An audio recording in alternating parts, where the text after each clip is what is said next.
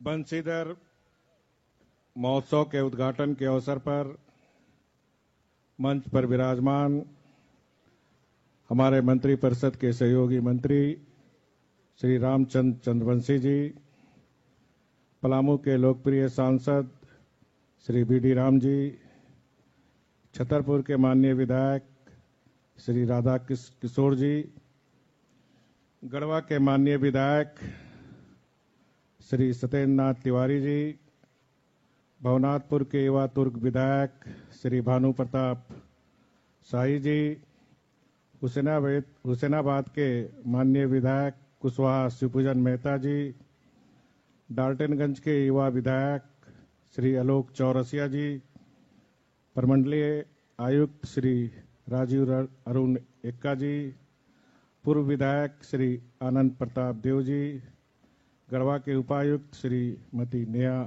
अरोड़ा जी, गढ़वा के पुलिस अधीक्षक श्री आलोक जी, विश्वत्री के उपाध्यक्ष श्री सुदेश्वर लाल अग्रवाल जी, भारतीय जनता पार्टी के जिला अध्यक्ष श्री ओम प्रकाश केसरी जी और इस महोत्सव में उपस्थित भारतीय जनता पार्टी के हमारे वरिष्ठ नेतागण, नौजवान सभा के सभी युवा कार्यकर्ता सहित इस क्षेत्र के सभी देवियों, सज्जनों और मीडिया के साथियों,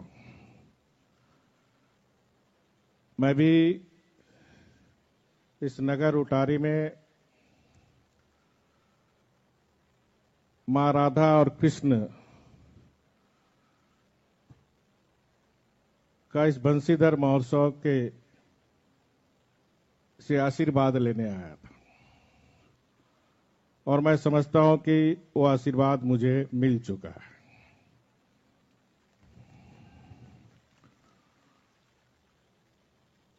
और जैसा कि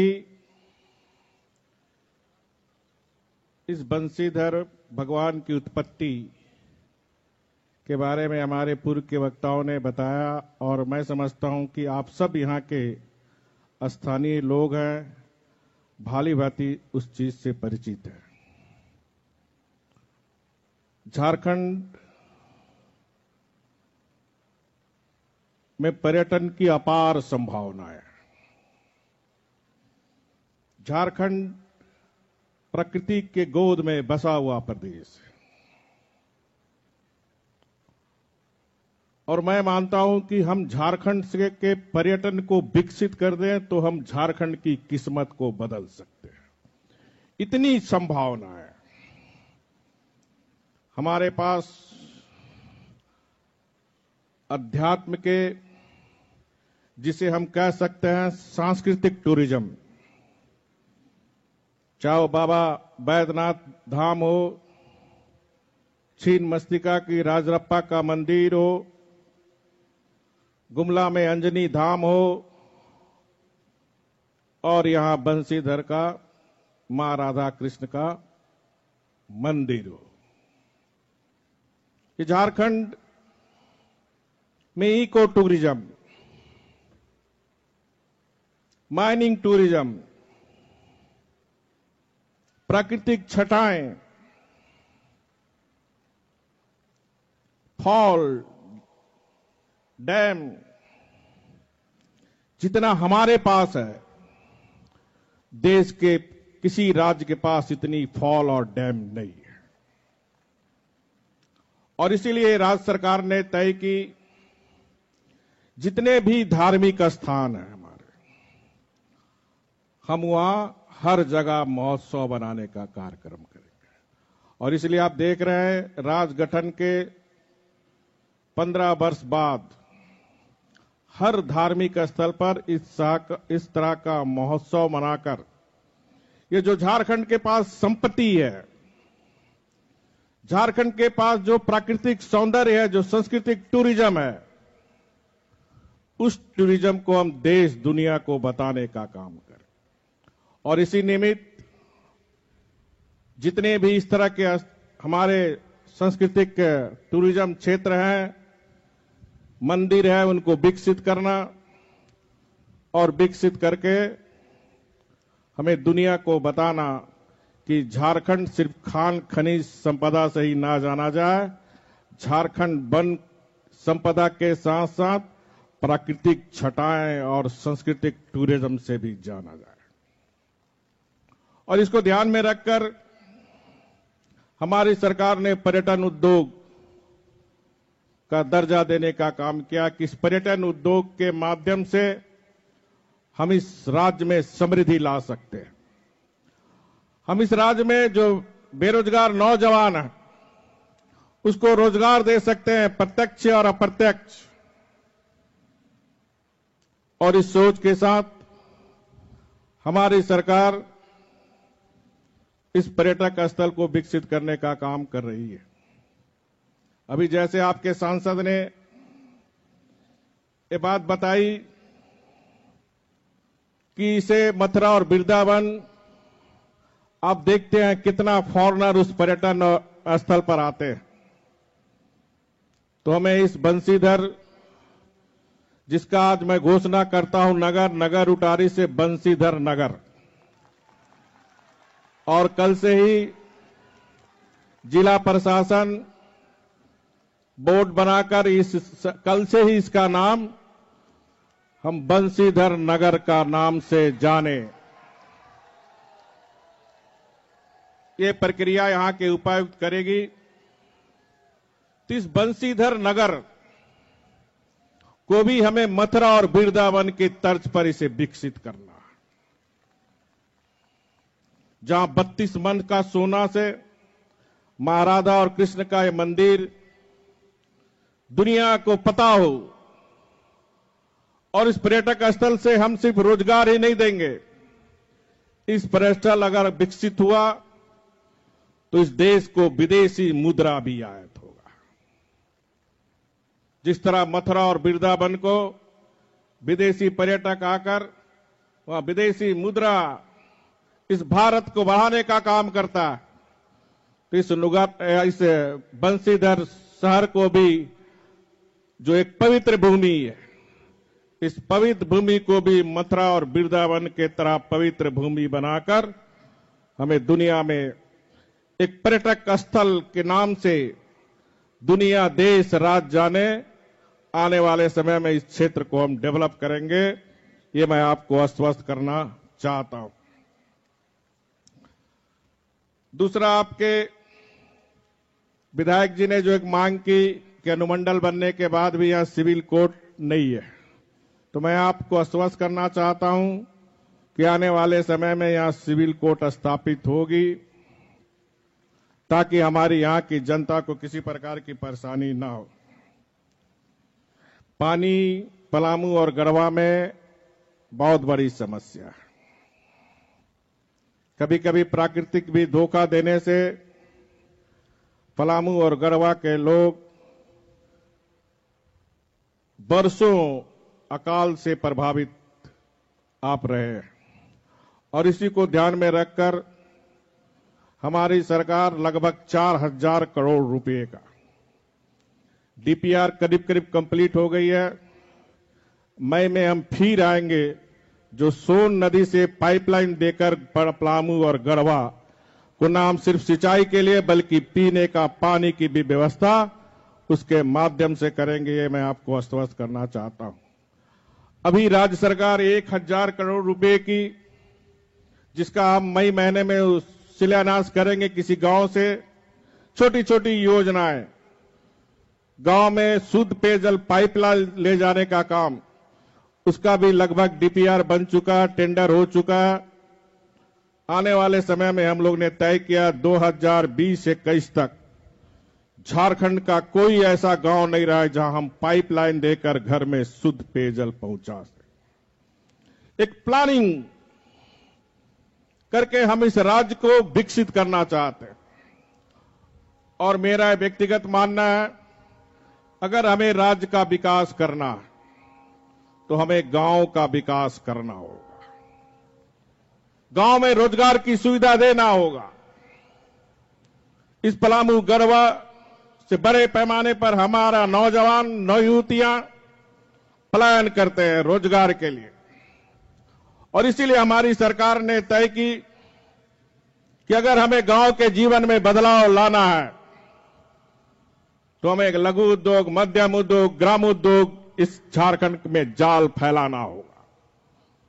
कोई नौजवान नहीं चाहता कि अपनी गांव छोड़कर हम दूसरे जगह रोजगार करने जाएं, और इसीलिए आपने देखा होगा 16-17 फरवरी को ग्लोबल समिट हमने झारखंड की धरती में आयोजन किया।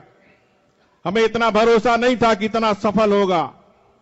हमें अंदाजा था कि 4,000-5,000 निवेशक आएंगे, लेकिन इस झारखंड की धरती में 11,000 निवेशक, जिसमें 600 विदेशी निवेशक इस झारखंड की धरती में आए, और उस निवेश में 173 जो एमयू हुए हैं, ये मध्यम उद्योग और लघु उद्योग। हम उसके हाथ में रोजगार नहीं देंगे। ये जो ताकत है महिला की शक्ति, जो इस राज्य की शक्ति है, उस शक्ति को सशक्तिकरण करते हुए हम सारे 32,000 यानी 15-15 को जोड़िए 4,80,000 महिलाओं को आने वाले समय में स्किल्ड कर, और इसीलिए हमने इस बार बजट में 145 करोड़ जो 16-17 में बजट था उसे बढ़ाकर 700 करोड़ रुपया हमने सिर्फ स्किल्ड में बजट रखने का काम किया। और इस बजट से स्किल्ड के माध्यम से हम अपनी जो महिलाएं बहनें हैं, क्योंकि हमारी महिलाएं, चाहे आप खेत में देखें, हमारी महिलाएं और बहनें काम करती है। हम पशुपालन को भी देखें तो हमारी महिलाएं ही पशुपालन में काम करती है। और अगर आप शिक्षा में देखें तो शिक्षा के क्षेत्र में भी, खेल के क्षेत्र में भी हमारी महिलाएं, हमारी बहनें आगे हैं। और ऐसे समय में हमारी सरकार ने एक पूरी प्लानिंग, इस राज्य की बेरोजगारी को हम कैसे समाप्त करें, उनको हमारे जो नौजवान हैं, जो इस राज्य और इस राष्ट्र की शक्ति है, जो युवा शक्ति है, उस युवा शक्ति को भी स्किल्ड कर यहां बड़े पैमाने पर गरवा, परामू रोजगार के लिए मिर्जापुर जाते हैं, दरी और कालीन बिछाने के लिए, बनाने के लिए। और इसलिए टेक्सटाइल के सेक्टर में, वस्त्र उद्योग के क्षेत्र में हम इस विकसित राज्य को, इस विकासशील राज्य को विकसित राज्य बनाने में वस्त्र उद्योग की बहुत बड़ी भूमिका है। आप देखेंगे 2-3 महीने के अंदर टेक्सटाइल के सेक्टर में काफी निवेश यहां शुरुआत करेगी। तो उस टेक्सटाइल में काम करने वाला इसी झारखंड के नौजवान, जिनको हम स्किल्ड कर टेक्सटाइल के सेक्टर में, उनको इसी झारखंड में रोजगार देने का काम। और इस तरह आने वाले समय में एक पूरे झारखंड का समग्र विकास, समावेशी विकास,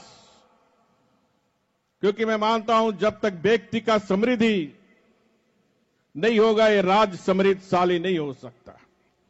और इस व्यक्ति को समृद्धशाली बनाने के लिए उसके हाथ में रोजगार देना, चाहे वो नवयुवक हो, चाहे नवयुवतियां हो, चाहे महिलाएं हो, इस सोच के साथ हमारी सरकार काम कर रही है।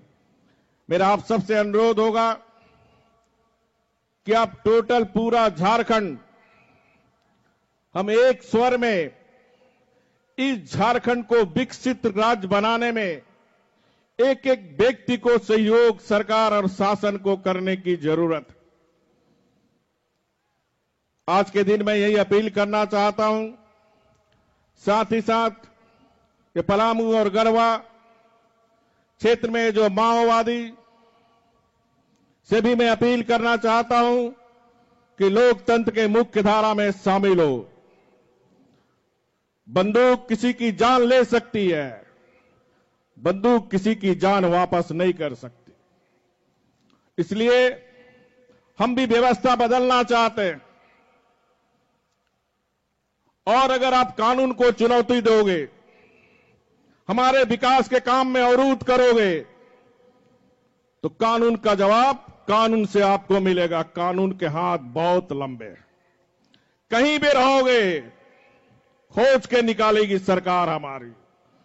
हमारा पुलिस प्रशासन किस तरह बिहारों में जाकर इस राज्य की अमन चैन शांति हमारी जनता रहे, हमारा पुलिस प्रशासन लगातार तत्परता से काम कर रहे। मेरा आपसे भी अनुरोध होगा, आपके मोहल्ले कस्बे टोले में कोई भी असामाजिक तत्व उदंडता करता हो, चाहे शांति में खलल करता हो, तो आप प्रशासन को जरूर सहयोग करें, क्योंकि शांति रहेगी तभी ये विश्व स्तरीय ये बंसीधर नगर मथुरा और वृंदावन की बराबरी कर सकते हैं। इसलिए अगर आप चाहते हैं बंसीधर नगर मथुरा और वृंदावन बने, तो आपको शासन का साथ देते हुए पलामू और गढ़वा में अमन और चैन की शासन हो, इस शासन में आप सहयोग रहे। हमारी सरकार के भी हमने प्रशासन को भी आदेश दिया कि जनता का अधिक से अधिक सहयोग, अधिक से अधिक साझेदारी, बीच में कोई बिचौलिया नहीं, बीच में कोई जबकतरा नहीं। मुझे मालूम है पलामू और गढ़वा में यहां बिचौलियों का एक गिरोह है।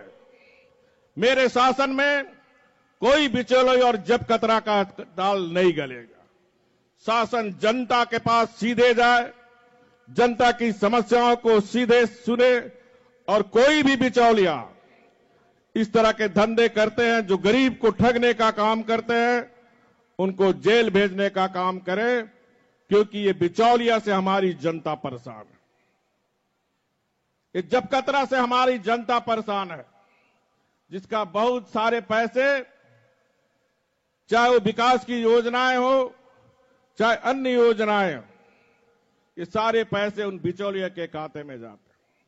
इसलिए आप सभी जनता से मेरी अनुरोध होगी कि इस काम में आप शासन को मदद करें, और मैं प्रशासन को यह भी कहता हूं, जनता का जितना आप सहयोग लेंगे उतना योजना जल्द से जल्द सफल होता है।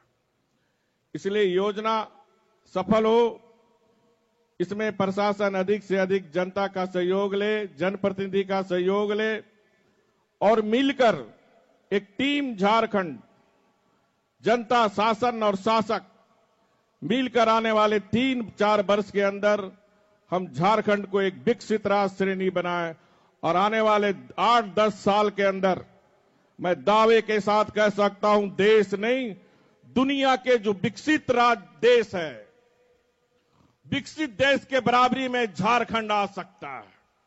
इतनी कुदरत ने हमें संपदा दी है, यहां के मेहनतकश मानव संसाधन बल है, हमारे पास भू संपदा है।